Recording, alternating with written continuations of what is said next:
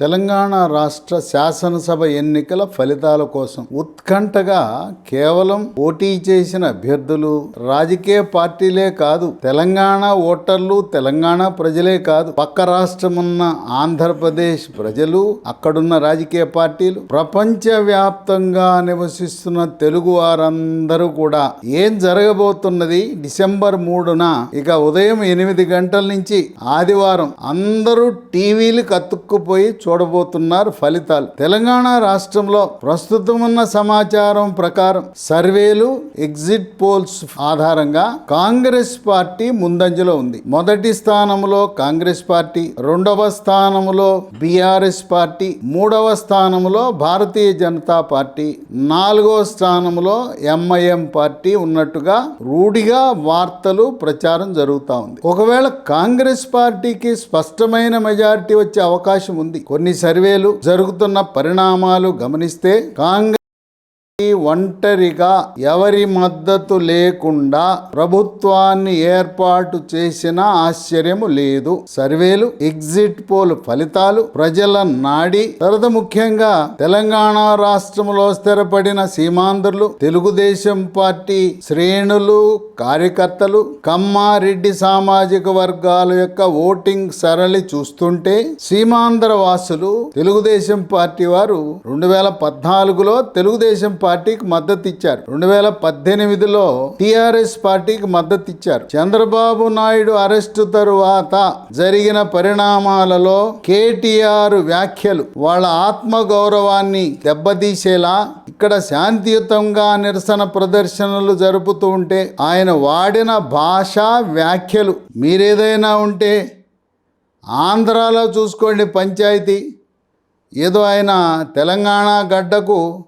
ఆయన అధిపతి, ఆయన ఓనర్ అయినట్లు మాట్లాడటం అనేది తెలంగాణలో నివసిస్తున్న సీమాంధ్రవాసులు, సాఫ్ట్వేర్ రంగ నిపుణులు, తెలుగుదేశం పార్టీ అభిమానులకు అందరికీ కూడా చాలా బాధను మిగిల్చింది. ఆ ఒక్క వ్యాఖ్య, ప్రకటన బీఆర్ఎస్ పార్టీ, కారు పార్టీ కొంప ముంచిందంటే ఆశ్చర్యం లేదు. ఇప్పుడు చర్చ అంతా కూడా ముఖ్యమంత్రి ఎవరు, కాంగ్రెస్ పార్టీ గెలుస్తుంది, సొంతంగా సొంత మెజార్టీతో ప్రభుత్వం ఏర్పాటు చేస్తే ఎవరు ముఖ్యమంత్రి అనేది విస్తృతంగా చర్చలు జరుగుతూ ఉన్నాయి. అయితే రాజకీయం గురించి పూర్తిగా అవగాహన లేనివారు, రేవంత్ రెడ్డి ప్రదేశ్ కాంగ్రెస్ అధ్యక్షుడిగా ఉన్నాడు, రేవంత్ రెడ్డి వల్లనే ఈ విజయం సాధ్యమైనదని కొంతమంది భావిస్తున్నారు. కానీ సుదీర్ఘ రాజకీయ అనుభవం కలిగి, రాజకీయ కుటుంబం నేపథ్యం కలిగిన మల్లు భట్టి విక్రమార్క ముఖ్యమంత్రి అయ్యే అవకాశాలు చాలా అధికంగా ఉన్నాయి. ఎందుకంటే మల్లు భట్టి విక్రమార్క ఆయన రాజకీయ అనుభవం, విద్య, ఆయన ఒక రాజకీయ కుటుంబంలో జన్మించటం ఆయనకు ఒక కలిసి వచ్చిన అంశం. మల్లు భట్టి విక్రమార్క ఆయన చూస్తుంటే కట్టు బొట్టు వ్యవహారం ఆనాటి వైఎస్ రాజశేఖర రెడ్డిని మరొకసారి గుర్తు చేసుకోవాల్సిన అవసరం ఉంటుంది. రాజశేఖర రెడ్డి పంచెగట్టాడు, తలపాగా చుట్టాడు. భట్టి విక్రమార్క కూడా వైఎస్ రాజశేఖర రెడ్డిలా మండు టెండర్లో, ఆయన కూడా మహానుభావుడు రాజశేఖర రెడ్డి 2003లో మండు టెండలో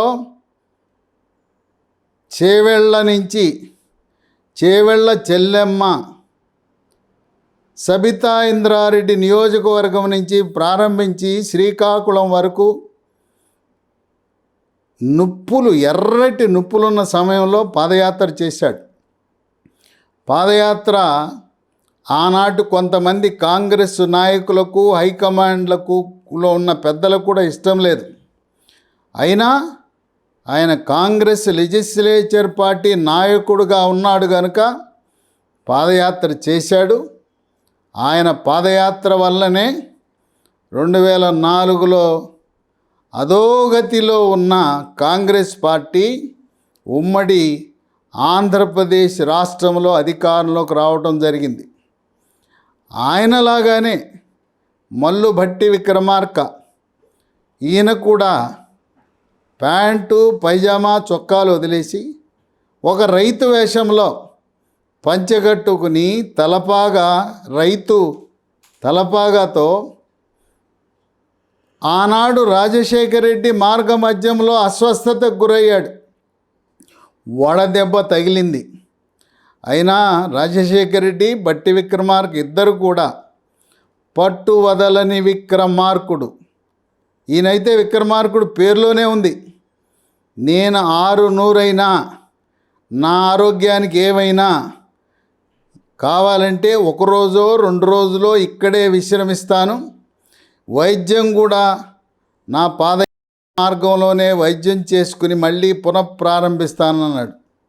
ఆనాటి రాజశేఖర రెడ్డి యొక్క పాదయాత్ర ఏ విధంగా ఫలితాలనిచ్చిందో ఈనాడు మల్లు భట్టి విక్రమార్క యొక్క పాదయాత్ర కూడా అదే రకమైన ఫలితాలనిచ్చింది. ఎంతమంది కాంగ్రెస్ నాయకులు ఉన్నారు, సీనియర్లు ఉన్నారు, హెమాహెమీలు ఉన్నారు. ఎవరైనా భట్టి విక్రమార్క నిర్వహించిన పాదయాత్రలా ఎవరైనా చేశారా? తర్వాత భట్టి విక్రమార్క ఏ నియోజకవర్గానికి వెళ్తే అక్కడ స్వచ్ఛందంగా ప్రజలు రావటం, వారి సమస్యలు విన్నవించుకోవటం. కనుక భట్టి విక్రమార్క యొక్క పాదయాత్ర దాదాపుగా వైఎస్ రాజశేఖర రెడ్డి యొక్క పాదయాత్రను తలపించే విధంగా ఉంది. ఇది ఈయన సొంతంగా చేసిన పాదయాత్ర కాదు, హైకమాండ్ యొక్క సలహా సంప్రదింపులతో వారి యొక్క ఆమోదంతో పాదయాత్ర నిర్వహించడం జరిగింది. మల్లు భట్టి విక్రమార్క ఆయన హైదరాబాద్ నగరంలో నిజాం కాలేజీలో గ్రాడ్యుయేషన్ చేశాడు. అయిన తర్వాత సెంట్రల్ యూనివర్సిటీ ఆఫ్ హైదరాబాదులో పీజీ చేయటం జరిగింది. ఆయన ఒకానొకప్పుడు వీళ్ళ పెద్ద అన్న మల్లు అనంతరాముల యొక్క సలహా మేరకు ఆయన చెప్పాడు ఈయనకి, ఒరేయ్ రాజకీయం వద్దురా, నువ్వు సివిల్ సర్వీసెస్కి వెళ్ళమంటే కొద్ది కాలము సివిల్ సర్వీసెస్కు వెళ్ళవాలని ఆలోచనతో ప్రయత్నం చేసినా భట్టి విక్రమార్క సహచరులు చాలామంది ఐఏఎస్లు, ఐపీఎస్లు, ఐఆర్ఎస్లు అయ్యారు. కానీ ఈయనకి ప్రజలకు సేవ చేయాలనే సంకల్పం దృఢంగా ఉండటం వల్ల నాకు సివిల్ సర్వీసెస్ వద్దు, ఐఏఎస్ వద్దు అని చెప్పి రాజకీయ రంగ ప్రవేశం చేయటం జరిగింది. భట్టి విక్రమార్క యువజన కాంగ్రెస్లో సేవలందించి అంచెలంచెలుగా ఎదుగుతూ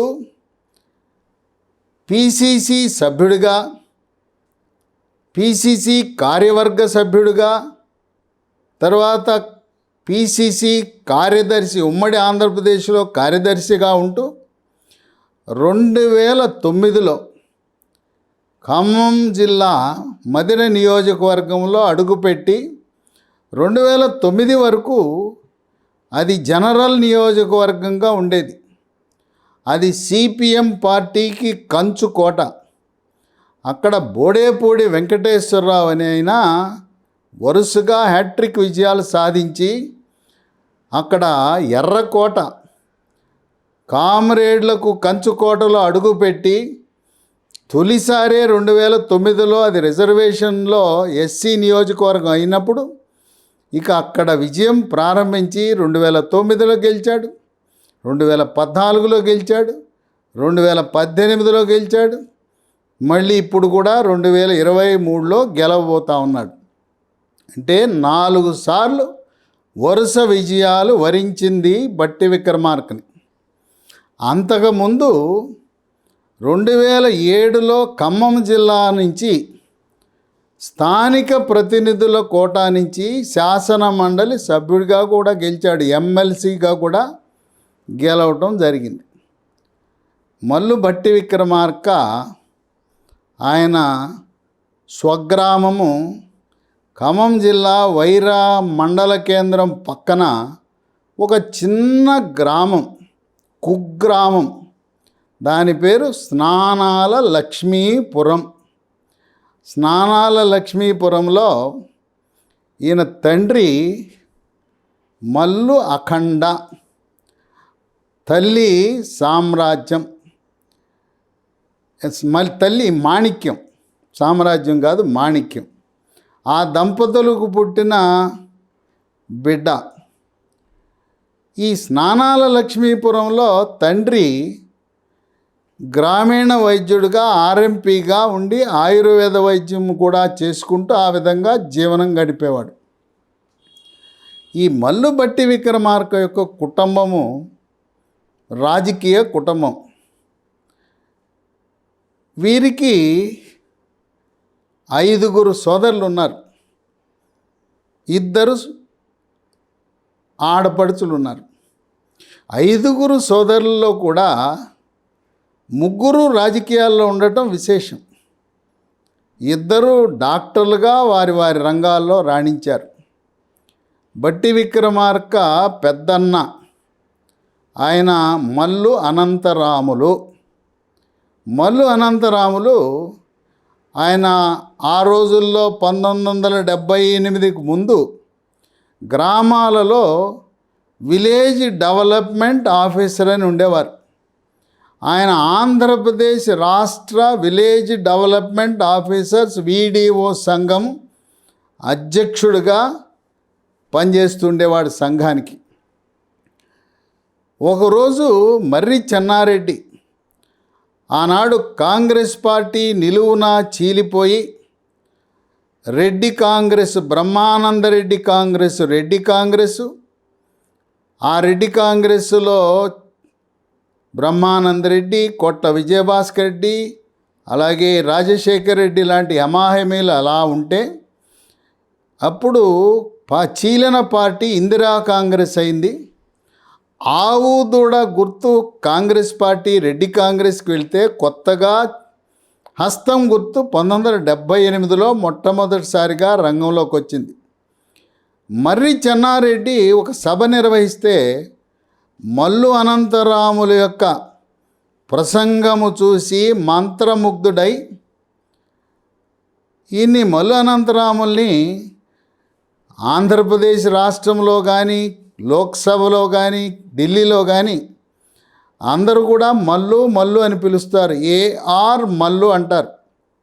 ఈనాటికి కూడా ఏఆర్ మల్లు అంటే మంచి పేరు ప్రతిష్టలు కలిగిన పార్లమెంట్ సభ్యుడు.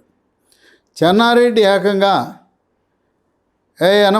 అనంతరాములు నువ్వు పోటీ చేయాలయా, మంచి వాక్చాతుర్యం ఉంది, నిన్ను నాగర్ కర్నూలు నియోజకవర్గానికి పెడతాను, పార్లమెంట్కి రా అన్నాడు. ఆయన పుట్టింది ఖమ్మం జిల్లా, నాగర్ కర్నూలు పార్లమెంట్ నియోజకవర్గం మహబూబ్ నగర్ జిల్లాలో ఉంది. తీసుకొచ్చి అక్కడికి పోటీ పెడితే అఖండ విజయాన్ని మొదటిసారి సాధించాడు మల్లు అనంతరాములు. వీళ్ళు మల్లు కుటుంబం మాల సామాజిక వర్గానికి చెందిన వారు హిందువులే. క్రైస్తవాన్ని ఇంట్లో ఎవరు ఆమోదించలేదు. అయితే వీళ్ళకి మాదిగ సామాజిక వర్గం అంటే ఎటువంటి ద్వేషము లేదు. వాళ్ళకి అసలు మాలా మాదిగ అనేది పట్టించుకోరు. పైగా కలిసి వచ్చిన అంశం ఖమ్మం జిల్లాలో ఈ మల్లు కుటుంబానికి కమ్మ సామాజిక వర్గంతో అవినాభావ సంబంధం ఉండటం ఒక విశేషం.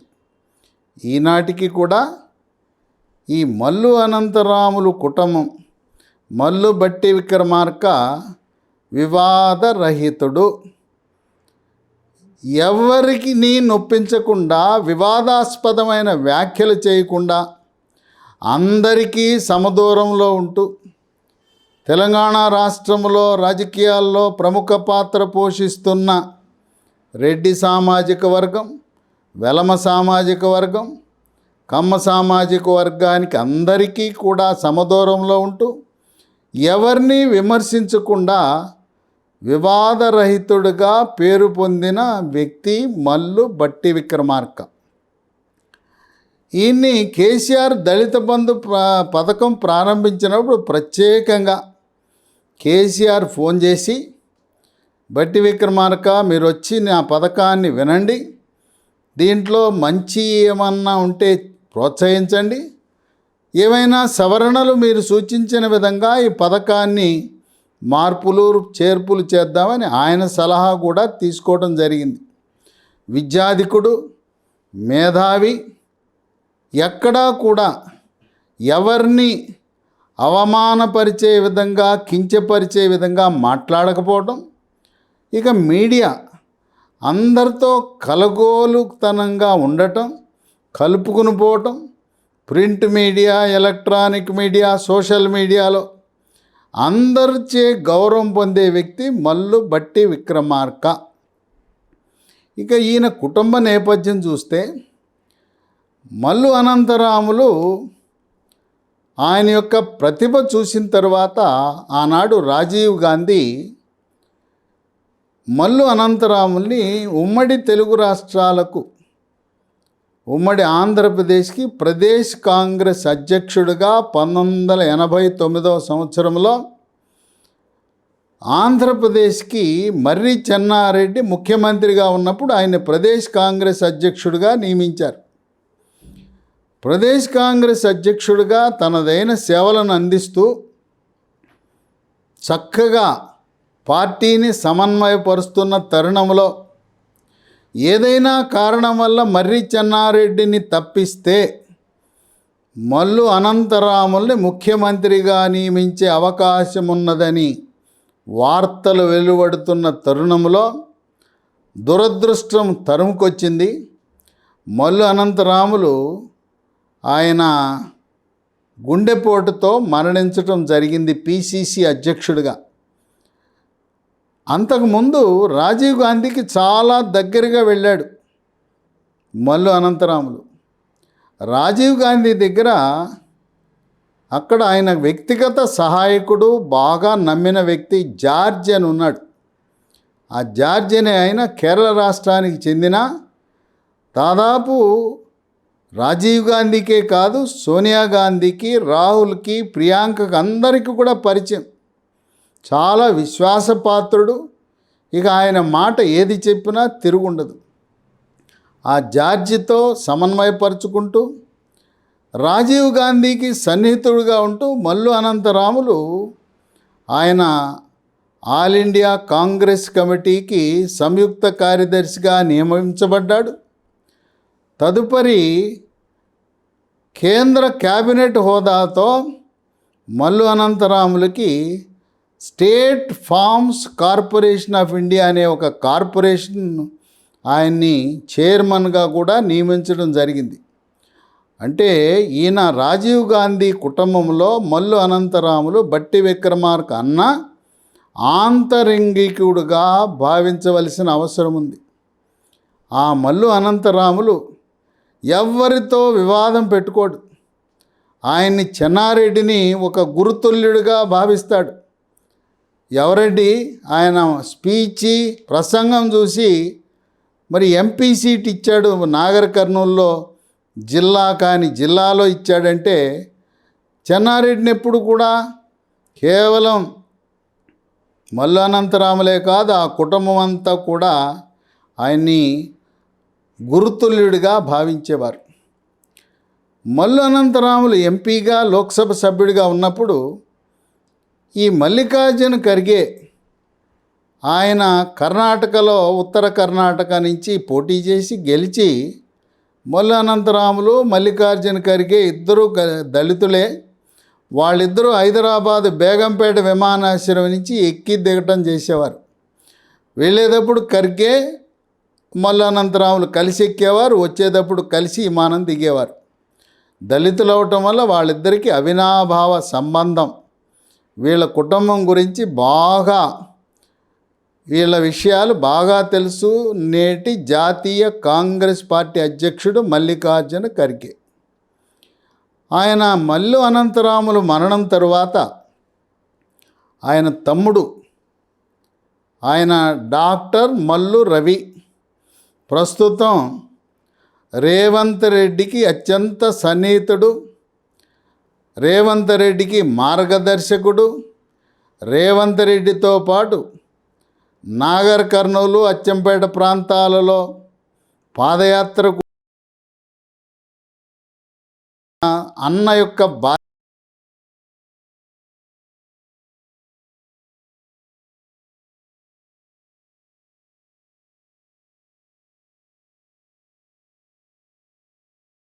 మల్లు అనంతరాములి తమ్ముడు డాక్టర్ మల్లు రవి జడ్చర్లలో కూడా శాసనసభ్యుడిగా గెలవటం, ఆయన వైఎస్ రాజశేఖర రెడ్డి హయాంలో డాక్టర్ మల్లు రవిని ఢిల్లీలో ఆంధ్రప్రదేశ్ భవన్లో ఆంధ్రప్రదేశ్ రాష్ట్ర అధికార ప్రతినిధిగా క్యాబినెట్ హోదాలో నియమించడం కూడా విశేషం. డాక్టర్ మల్లు రవి ఆయన వృత్తిరీత్యా వైద్యుడు. ఆయన గాంధీ వైద్య కళాశాలలో ఎంబీబీఎస్ విద్యను అభ్యసించి తదుపరి అక్కడే ముక్కు, చెవి, గొంతు ఆ స్పెషాలిటీలో డాక్టర్గా పీజీ పట్టాను పొంది ప్రభుత్వ విజయవాడ సమీపంలో ఉండే పెనమలూరు ప్రాథమిక ఆరోగ్య వైద్యుడిగా పనిచేశాడు. ఆయన చదువు పూర్తయిన తర్వాత రాజకీయ కురువృద్ధుడు, ఆంధ్రప్రదేశ్ శాసించిన దివంగత నేత కోనేరు రంగారావు యొక్క కుమార్తెను డాక్టర్ మల్లు రవి వివాహమాటం. అది ఒక రకంగా చెప్పాలంటే కులాంతర వివాహం. మల్లు రవి మాల సామాజిక వర్గం, రంగారావు మాదిగ వ్యక్తి. ఆ విధంగా ఆ కుటుంబం మాదిగలకు ఇద్దరికీ కూడా ఏమాత్రం విచక్షణ అనేది ఉండదు. ఇద్దరూ కూడా మావారు అనే ఒక డాక్టర్ మల్లు రవి రేవంత్ రెడ్డి అన్ని రకాలుగా సహాయపడుతూ తనకున్న రాజకీయ అనుభవాన్ని రంగరించి తన అన్న దగ్గర నేర్చుకున్న అనుభవాన్ని కూడా రేవంత్ రెడ్డికి సహాయపడ్డాడు ప్రదేశ్ కాంగ్రెస్ అధ్యక్షుడిగా నియమం తర్వాత. ఇక ఆ కుటుంబంలో మల్లు రవి తర్వాత ఒక డాక్టర్ వెంకటేశ్వర్లను ఉన్నాడు. హోమియోపతి వైద్య విద్యను అభ్యసించి అంచెలంచెలుగా హోమియోపతి డాక్టర్గా ఆయన అదనపు డైరెక్టర్గా, అదనపు సంచాలకుడు హోదాలో ఆయన రిటైర్ అవటం జరిగింది. మల్లు వెంకటేశ్వర్లు తరువాత డాక్టర్ మల్లు ప్రసాద్ విద్యను అభ్యసించి ఆయుర్వేద విద్యలో హైదరాబాదులో డాక్టర్ బిఆర్కేఆర్ వైద్య కళాశాలలో ప్రొఫెసర్గా రాణించి కేంద్ర Ayurveda council, central council of medicine సభ్యుడు ఆయుర్వేద రంగంలో రాణించాడు. ఆఖరివాడు మల్లు బట్టి విక్రమార్క. అంటే ఈ కుటుంబంలో మల్లు అనంతరాముల తరువాత ప్రస్తుతం రాష్ట్ర ఉపాధ్యక్షుడు మల్లు రవి, అలాగే బట్టి విక్రమార్క, ముగ్గురు ఆ కుటుంబంలో రాజకీయ నేపథ్యం. ఇక మల్లు ప్రసాద్ ఆయుర్వేద వైద్య నిపుణుడు.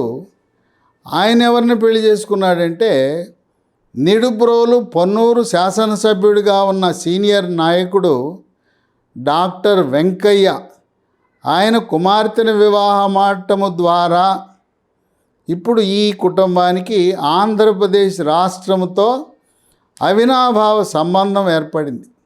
డాక్టర్ మల్లు రవి కోనేరు రంగారావు కుమార్తెను వివాహం ద్వారా తెలంగాణ రాష్ట్రానికి, కృష్ణా జిల్లాకు ఒక వారధి. అలాగే డాక్టర్ మల్లు ప్రసాద్ గుంటూరు జిల్లాకు చెందిన డాక్టర్ వెంకయ్య గారి కుమార్తెను వివాహమాటము ద్వారా ఆ విధంగా అవినాభావ సంబంధం ఆంధ్రప్రదేశ్ రాష్ట్రంతో కూడా విడదీయని బంధం అనుబంధం ఈ కుటుంబంతో ఉన్నది. మొన్న 2018లో ఎవరిని లెజిస్లేచర్ పార్టీ నాయకుడుగా నియమించాలనేటప్పుడు చాలా ఒత్తిళ్ళు వచ్చినాయి. ఆ కుటుంబం అంతా కూడా నిర్ణయించి సోనియా గాంధీ, రాహుల్ గాంధీ, ప్రియాంక గాంధీ, అలాగే సిడబ్ల్యూసిలో ఉండే కీలకమైన వ్యక్తి కేసీ వేణుగోపాల్ అందరూ కూడా ఆలోచించి బట్టి విక్రమార్క పేరు సూచించడం జరిగింది. బట్టి విక్రమార్కని కొంతమంది కాంగ్రెస్ పార్టీలో ఉన్నవాళ్ళు ఓడగొట్టాలనే ఒక సమాచారం అందుకున్న ప్రియాంక గాంధీ ప్రత్యేకంగా ఆయన నియోజకవర్గమైన మధిర నియోజకవర్గానికి వచ్చి ఎంతో ప్రేమగా ఆప్యాయంగా ఆమె మాట్లాడటం అనేది విశేషం. సరే, కాంగ్రెస్ పార్టీ అంటే కుమ్ములాట్లు ఉంటాయి, వెన్నుపోట్లు ఉంటాయి. ప్రతి ఒక్కరూ ముఖ్యమంత్రి కావాలని కోరుకుంటారు. కానీ సోనియా గాంధీకి, అలాగే మల్లికార్జున ఖర్గేకి, రాహుల్ గాంధీకి, ప్రియాంక గాంధీకి, కేసీ వేణుగోపాల్కి అందరికీ ఆమోదయోగ్యమైన ఒకే ఒక వ్యక్తి ఎవరంటే మల్లు బట్టి విక్రమార్క. కేసీఆర్ ఆయన ఒక వాగ్దానం చేశాడు. అధికారంలోకి వస్తే దళితుడిని ముఖ్యమంత్రి చేస్తానని వాగ్దానం చేశాడు. అది హుళక్కే. అధికారంలోకి వచ్చినాక ప్రతి దళిత కుటుంబానికి 3 ఎకరాలు అన్నాడు. ఏదైతే కేసీఆర్ దళితులను మోసం చేసి ముఖ్యమంత్రి చేస్తానని దొంగ మాటలు మాయమాటలు చేసి దళితులకు అన్యాయం చేశాడనే భావన తెలంగాణ రాష్ట్ర దళితుల్లో ఉంది. కాంగ్రెస్ పార్టీ బట్టి విక్రమార్కకి ఇవ్వటము ద్వారా ఏ విధంగా కేసీఆర్ టీఆర్ఎస్ పార్టీ ప్రజా వ్యతిరేకతని దళిత వ్యతిరేక పార్టీని ముద్రపడిందో, ఈనాడు దళిత బంధు అని పెట్టినా వాళ్ళలో దళితులలో ఆగ్రహావేశాలు చల్లార్ల. అందువల్ల బట్టి విక్రమార్కను పెట్టడము ద్వారా రాబోయే 2024లో ఏప్రిల్ మేలో జరిగిన లోక్సభలో మరికొన్ని సీట్లను పొందవచ్చు అనే ఆలోచనతో ప్రస్తుతం బట్టి విక్రమార్క పేరుని పరిశీలిస్తున్నట్టుగా సమాచారం ఉంది. రేవంత్ రెడ్డి ఆయన పార్టీలు మారొచ్చాడు. ఆయన చంద్రబాబు నాయుడు మనిషి అనే ముద్ర ఉన్నది. పైగా ఓటుకు నోటు కేసులో ఆయన ఆ ఇబ్బంది ఉండటం వల్ల జైలుకి వెళ్ళటం, ఆయన రెడ్ హ్యాండెడ్గా కెమెరాలో పట్టుబడటం, వివాదాస్పద వ్యక్తిగా ముద్రపడటం, రేవంత్ రెడ్డి కంటే సీనియర్లైన ఉత్తమ్ కుమార్ రెడ్డి, కోమటిరెడ్డి వెంకటరెడ్డి, జానారెడ్డి, జగ్గారెడ్డి లాంటి సీనియర్లు ఉండగా నిన్నగాక మొన్న వచ్చిన రేవంత్ రెడ్డికి ఇస్తే వాళ్ళు సహించే పరిస్థితి లేదు కనుక మల్లు బట్టి విక్రమార్క పేరు అందరికీ, అన్ని కులాలకు ఆమోదయోగ్యమైన వ్యక్తి. ఆయన సమదూరంలో ఉంటాడు, అందరినీ గౌరవిస్తాడు. ఏ ఒక్కరిని ఏ కులం వారిని అడిగినా రెడ్డి, వెలమ, కమ్మ, మాదిగ, మాల, బీసీ, బ్రాహ్మణ అందరూ కూడా ఓకే, బట్టి విక్రమార్క అయితే మాకు ఆమోదమే అంటారు. వాళ్ళు శాసనసభ్యుల యొక్క అభిప్రాయ సేకరణ చేసినా మల్లు బట్టి విక్రమార్కనే అధిక శాతం ఆమోదించే అవకాశం ఉంది. ఆయన న్యాయం చేస్తాడు, అహంభావం లేదు, రాజకీయ కుటుంబం, తర్వాత పేదలకు దగ్గరగా ఉంటాడు. కేసీఆర్ లాగా ఎవరికి ఇంటర్వ్యూలు కాకుండా ఏ విధంగా వైఎస్ రాజశేఖర రెడ్డి రోజు ప్రజా దర్బారు ఉదయం 7 గంటలకి 2000 నుంచి 3000 మందిని కలిసి వాళ్ళ సమస్యలు పరిష్కరించడం, ప్రతిరోజు ప్రజాప్రతినిధులను, ఎమ్మెల్యేలను, ఎమ్మెల్సీలను, మంత్రులను కలవటం, విడివిడిగా వారికి టైం కేటాయించడం, అన్ని విధాలుగా అందరికీ ఆమోదయోగ్యమైన వ్యక్తి బట్టి విక్రమార్క కాబోతున్నాడని విశ్లేషకులు భావిస్తున్నారు. బట్టి విక్రమార్క ఆయన ఇంతవరకు ఎక్కడా కూడా ఆయనపై అవినీతి మరక లేదు. ఆయన వైఎస్ రాజశేఖర రెడ్డి ఈయన ప్రతిభను గమనించి 2009లో గెలవగానే బట్టి నువ్వు చీఫ్ విప్గా ఉండమని చెప్పి 2 సంవత్సరాల పాటు చీఫ్ విప్గా నియమించారు. 2 సంవత్సరాలు 2009 నుంచి 11 వరకు చీఫ్ విప్గా పనిచేసిన తర్వాత 2014 నుంచి 2014 వరకు 11 నుంచి 14 వరకు డిప్యూటీ స్పీకర్గా కూడా శాసనసభ కార్యకలాపాలలో అనుభవం పొందాడు. 2007 నుంచి 2 సంవత్సరాల పాటు శాసన మండలిగా సభ్యుడిగా పనిచేయటం వల్ల శాసన మండలి వ్యవహారాలు, తర్వాత ప్రభుత్వ పరిపాలన గురించి పోస్ట్ గ్రాడ్యుయేట్గా ఉన్నప్పుడు ఆయన పాలిటిక్స్ అనే ఒక సబ్జెక్టు చదవటం వల్ల సోనియా గాంధీ ఇక ఆమె ఆలోచన ఏమున్నదో సీల్డ్ కవర్ పంపాలంటే మల్లు బట్టి విక్రమార్క పేరిట సీల్డ్ కవర్ వస్తుంది.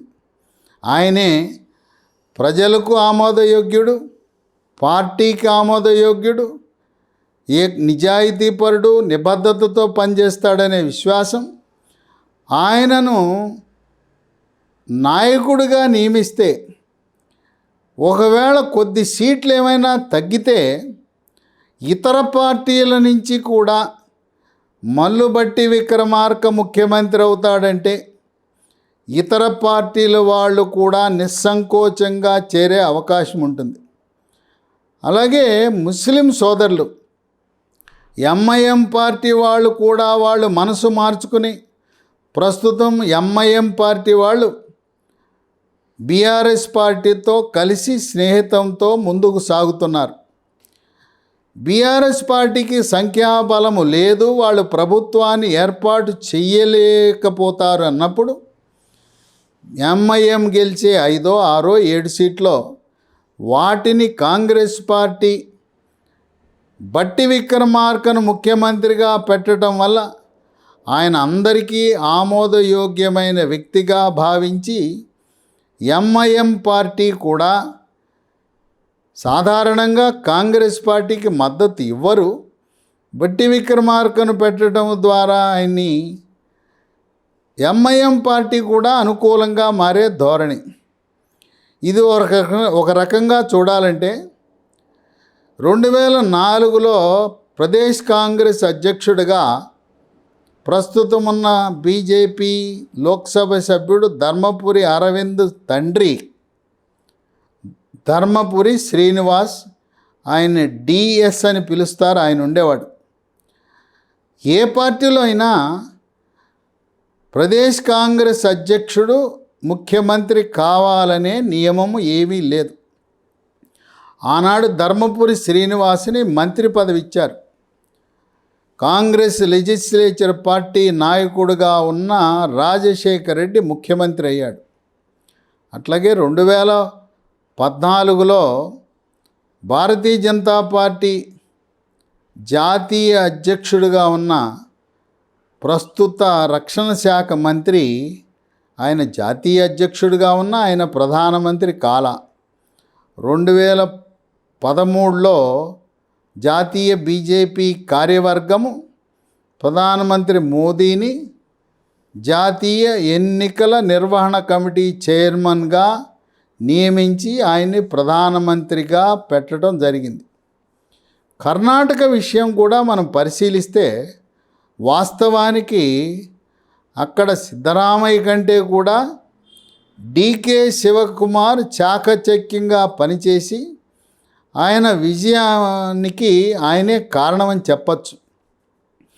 ఆర్థిక వనరులు, అలాగే ఆయన యొక్క పార్టీలో ఆయన క్రియాశీలకంగా పనిచేసే పద్ధతి, అన్నిటి వల్ల కర్ణాటకలో డీకే శివకుమార్ వల్లనే అధికారంలోకి వచ్చిందని పార్టీ కేంద్ర నాయకత్వం కూడా భావించినా సిద్ధరామయ్య రాజకీయ అనుభవము, బీసీ సామాజిక వర్గానికి చెందిన వ్యక్తి, వివాదరహితుడు, అవినీతి మరకలేదు. ఆయన వయసు రీత్యా ఇదే ఆఖరిసారి. డీకే శివకుమార్ యువకుడు. అందువల్ల 3-4 రోజులు చర్చల తరువాత ఏ విధంగా డీకే శివకుమార్ని ఓదార్చి అక్కడ సిద్ధరామయ్యని ముఖ్యమంత్రిగా ప్రమాణ స్వీకారం చేయించారు.